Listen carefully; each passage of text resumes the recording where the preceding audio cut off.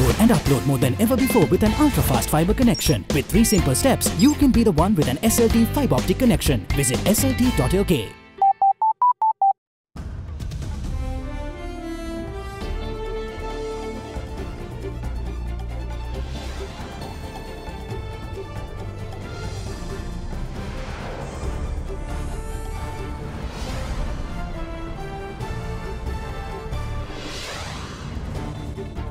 Landmark investment.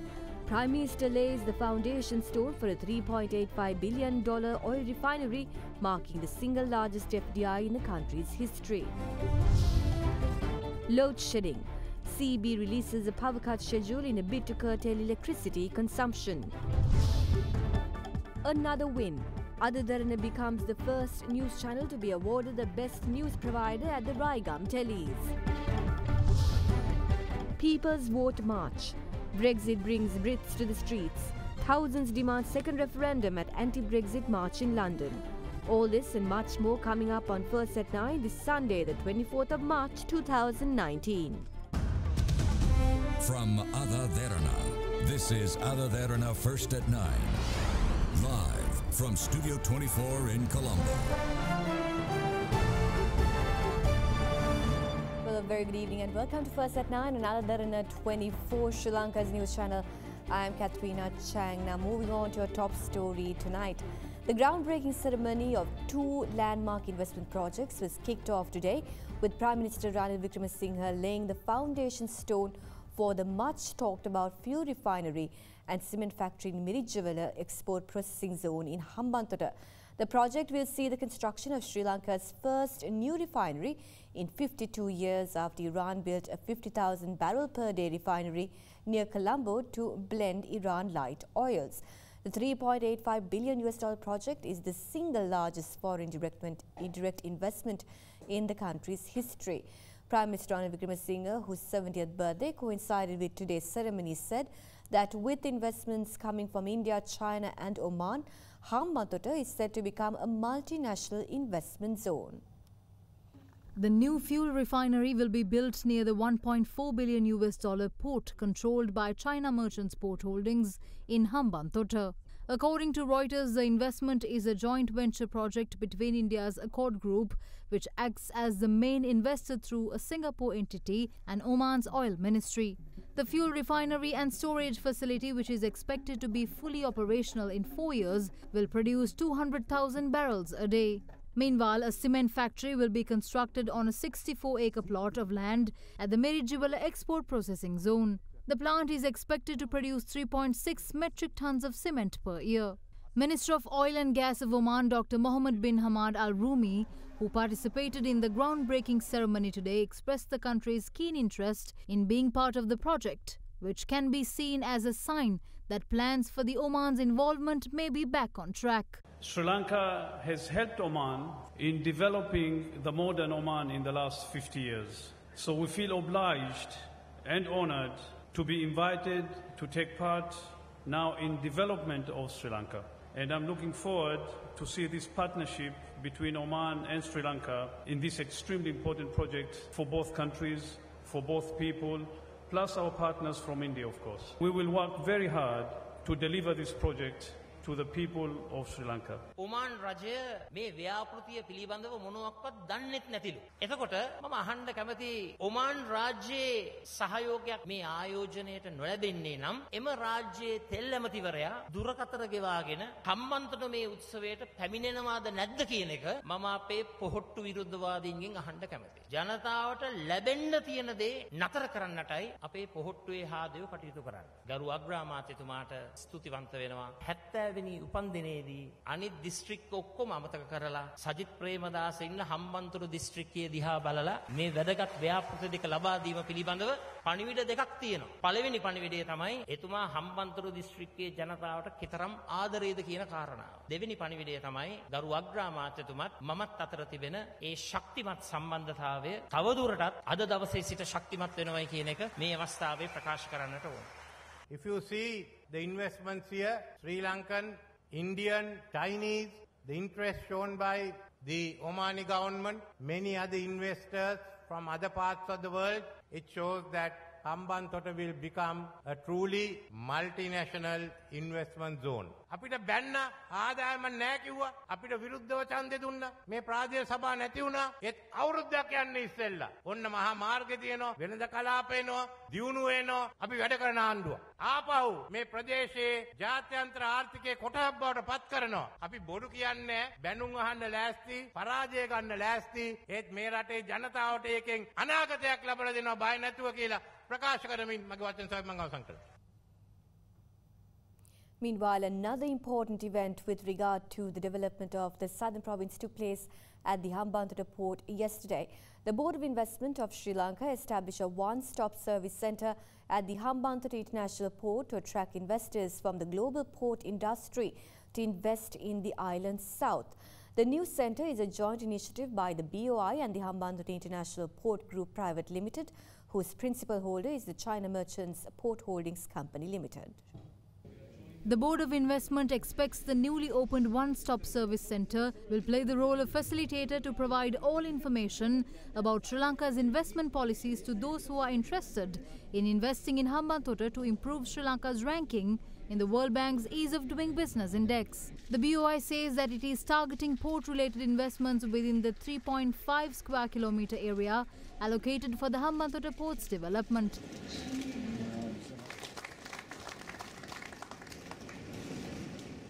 I have no doubt we will see a transformation of this area very soon. We must remember what we have been able to do here today and what we managed to avoid. We have reversed the huge losses that were faced by the Sri Lanka Port Authority and have avoided many years of decay and failure. Without our efforts to turn this project around, it would just be a waste of public funds.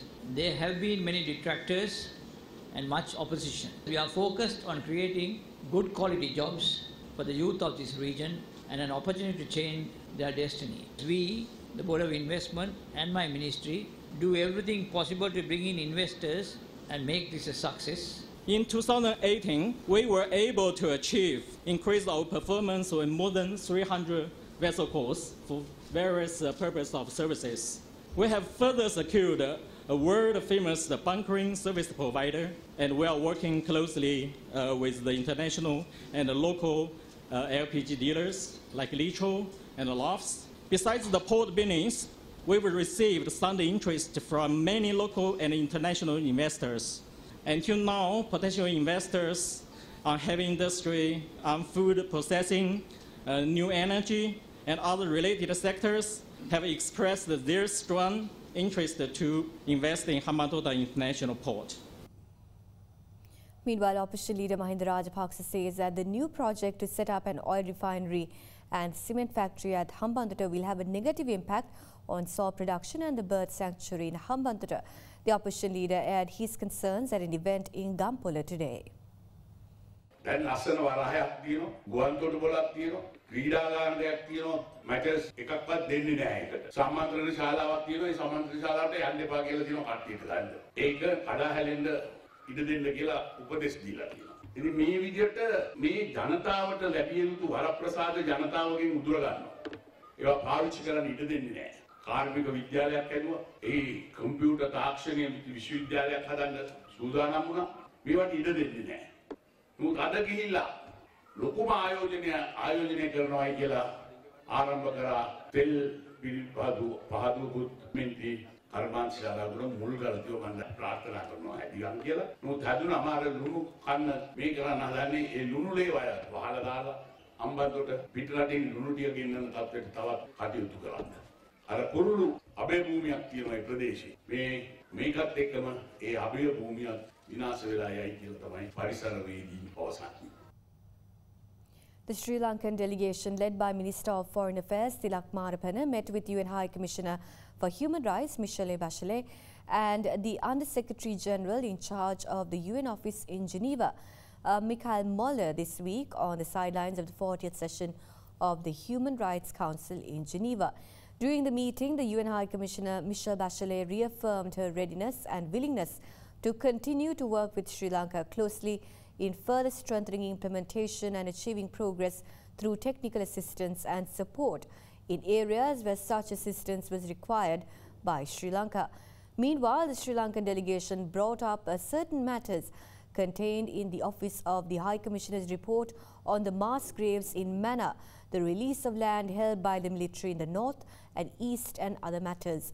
The delegation emphasized the importance in compiling these reports by engaging closely with the relevant local institutions and independent bodies, including the National Human Rights Commission, in verifying facts on the ground. Now, at a time where the general public are being greatly inconvenienced by surprise power outages, the Ceylon Electricity Board have released a power cut schedule in a bid to curtail electricity consumption. The move comes in a backdrop where the country is faced with prevailing dry weather conditions and a breakdown of the second generator at the Norachole power plant. Meanwhile, speaking to First at 9, Director of Corporate Communications at the Public Utilities Commission, Janath Herat, says that the power cut schedules was not approved by the Commission. A breakdown of a generator at the Norachole power plant caused power outages in many areas across the country. The general public have been inconvenienced due to power interruptions without prior notice. Minister of Power and Energy Ravi Karunanayake yesterday revealed that a schedule will be released to the public, informing the timings of load shedding in respective areas as a measure to cater to the demand of electricity. The minister stated that the prevailing dry weather conditions and the recent breakdown at the Norachole power plant has caused difficulty in power generation. Accordingly, power will be interrupted for 3 hours during the daytime from 8:30 am to 11:30 am or from 11:30 am to 2:30 pm or 2:30 pm to 5:30 pm. Electricity supply will be suspended for 1 hour during night time, starting from 6:30 pm to 7:30 pm or from 7:30 pm to 8:30 pm or from 8:30 pm to 9:30 pm. The Public Utilities Commission, however, stated that they did not approve the load shedding. In terms of the license issued to the Ceylon Electricity Board, CB has to really get the prior approval of the Commission before such scheduled interruptions to be implemented, except for the sudden power failure of a plant or scheduled maintenance. All other scheduled interruptions should be implemented after obtaining the prior approval of the Commission, as well as communicating to the general public or the electricity consumers in advance so that they could take the precautionary measures. Commission has already obtained the information from the various consumers who have experienced this kind of power interruptions, so that the Commission will take necessary actions to ensure such interruptions are done in compliance with the license conditions of the Ceylon Electricity Board, as well as to minimize the inconvenience. President Maithripala Sirisena highlighted the need for intellectuals in Parliament to steer the country back to the right path.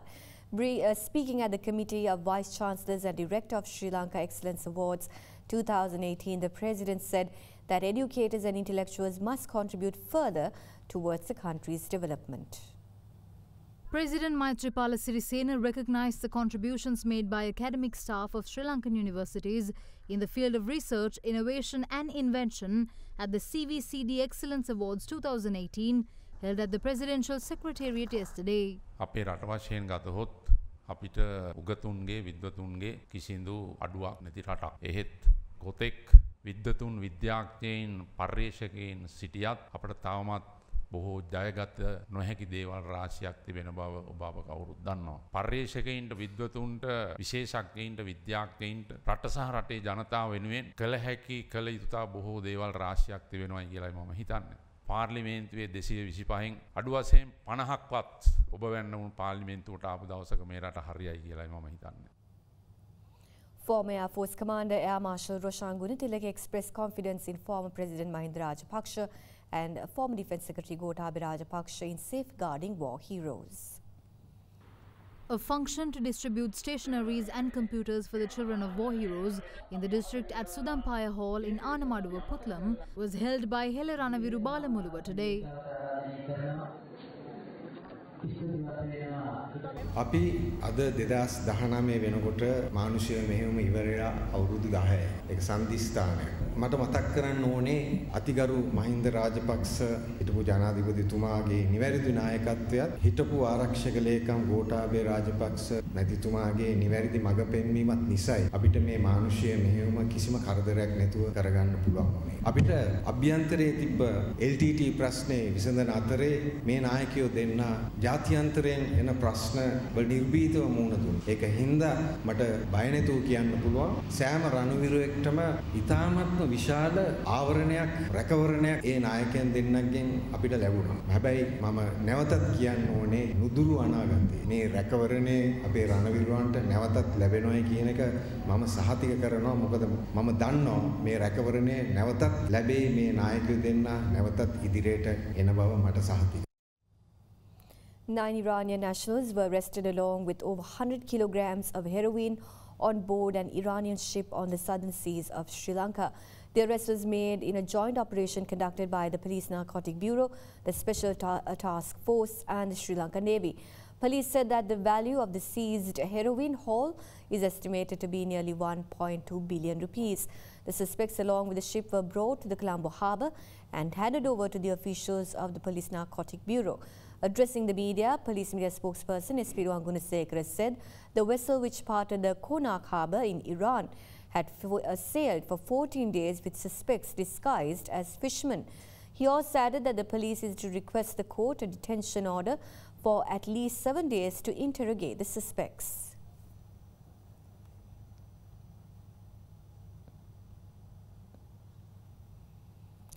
Four warships with over 1,000 personnel arrived in Sri Lanka yesterday for the Australia's largest ever defence exercise with Sri Lanka, the Indo-Pacific Endeavour 2019, also known as IPE-19.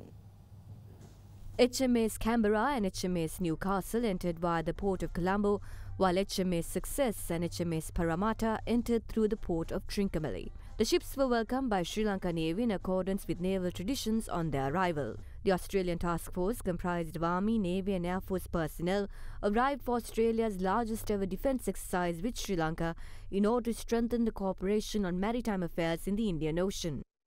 Very proud to have this opportunity to engage with the Sri Lankan Tri-Services and with the Sri Lankan government to deepen our engagement. This is the biggest naval exercise between the two countries. The Army and the Air Force all will be joining us for numerous exercises. I have over 1,000 soldiers, sailors and airmen who are individual ambassadors for Australia.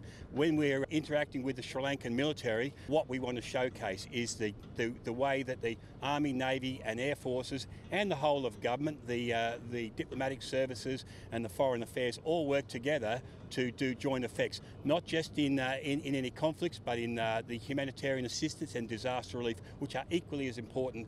Australian and Sri Lankan Defence Forces will work together on disaster assistance planning, naval manoeuvres and military training activities to improve cooperation, familiarity and interoperability before the ships depart on the 30th of March to India. The ships will travel to Malaysia, Thailand, Vietnam, Indonesia and Singapore before returning to Australia. Now, TV Derana and AdaDerana swept top awards at the Raigam Telly's 2018, which was held at Nelumpokuna Theatre, Colombo yesterday. Among the 9 awards clinched at the star-studded ceremony, AdaDerana was recognised as the best news provider for the year 2018, a first at the National Telly Awards. TV Derana was also awarded the Best Media Channel of the Year.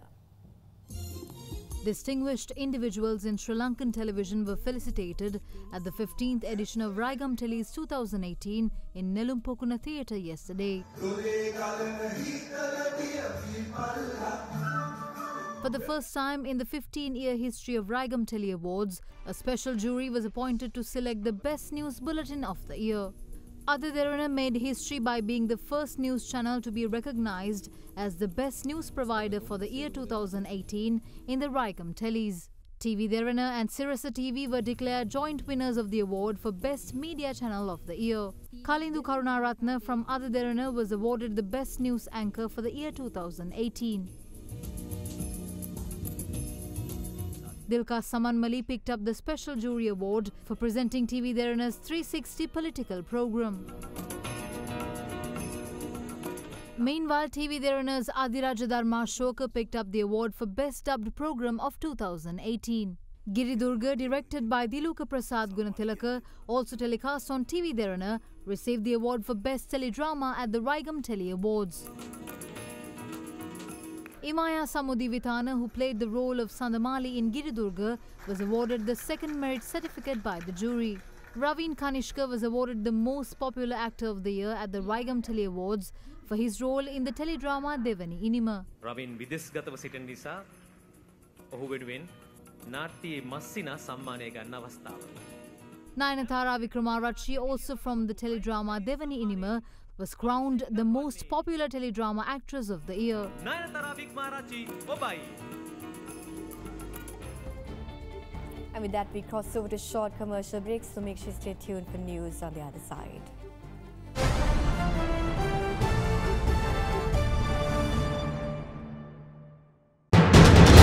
You are watching Sri Lanka's #1 news channel. This is AdaDerana 24.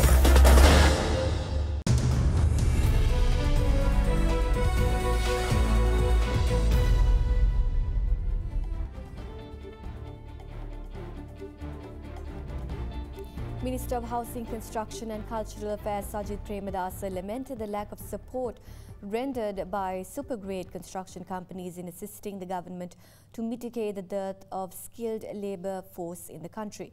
Speaking at the inaugural ceremony of the Build SL 2019 recently, the minister went on to say that necessary legislation is being drafted to ensure that local constructors be given priority in local contracts in a backdrop where concerns have been raised pertaining to the domination of foreign firms in the sector. I've already published regulations on the registration of foreign contractors as per the provisions of Construction Industry Development Act, according to which all foreign contractors have to be registered with the CEDA before a project being awarded to them. Under the theme of Sri Lanka First, I have already initiated an amendment to the CEDA Act that a foreign contractor undertaking a local construction project should form a joint venture with a local contractor in order to ensure proper transferring of knowledge and building the capacity of the respective local contractors. These amendments to the CEDA Act will soon be enacted. The minister also spoke on the dearth of skilled labour in the construction industry. In my view, it is necessary for contractors to invest in training, especially to equip existing workers with the necessary requisite skills.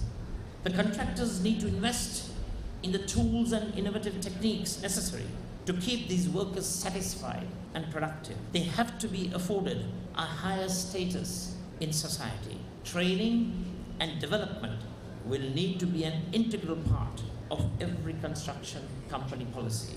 I'm sad to note that the major supergrade companies who are in the higher echelons of the economic structure have not supported the skills development program known as the Shilpa Savya program.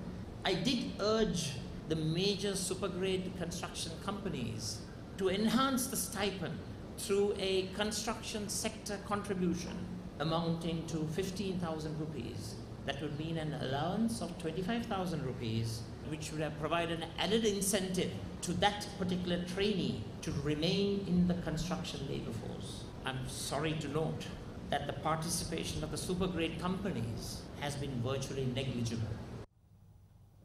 Market analysts say foreign participation is likely to increase in the Colombo bourse over the course of the week.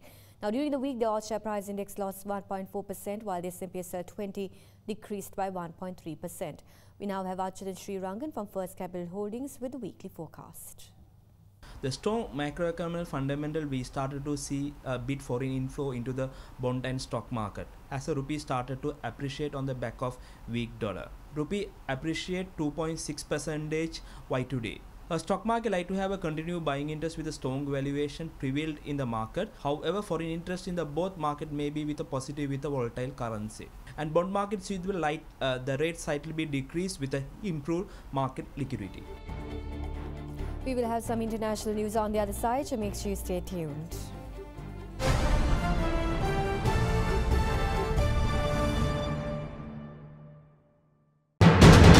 You are watching Sri Lanka's #1 news channel. This is AdaDerana 24.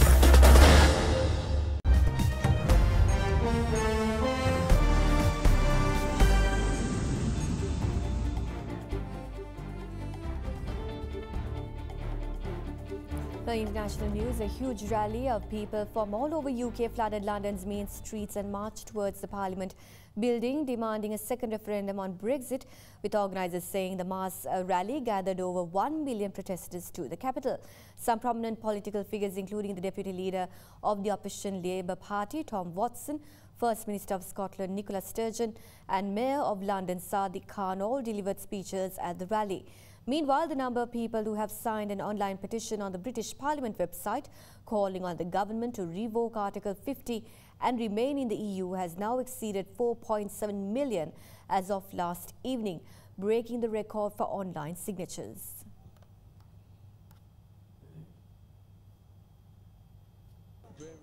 Mahindra College yesterday won the annual one-day cricket encounter against Richmond College by 3 wickets.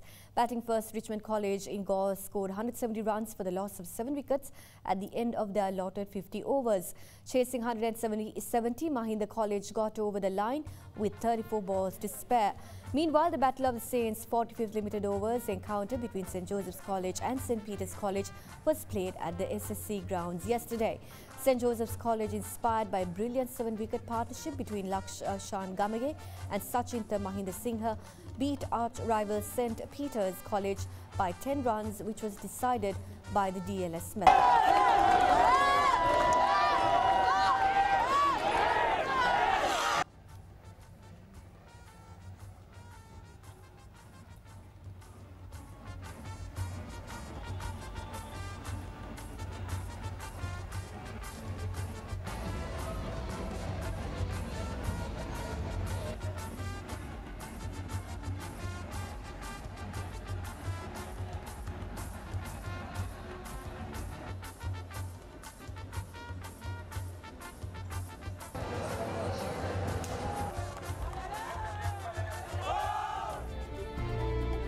And with that, we conclude this edition of First at 9. Thank you for joining us and have a pleasant evening.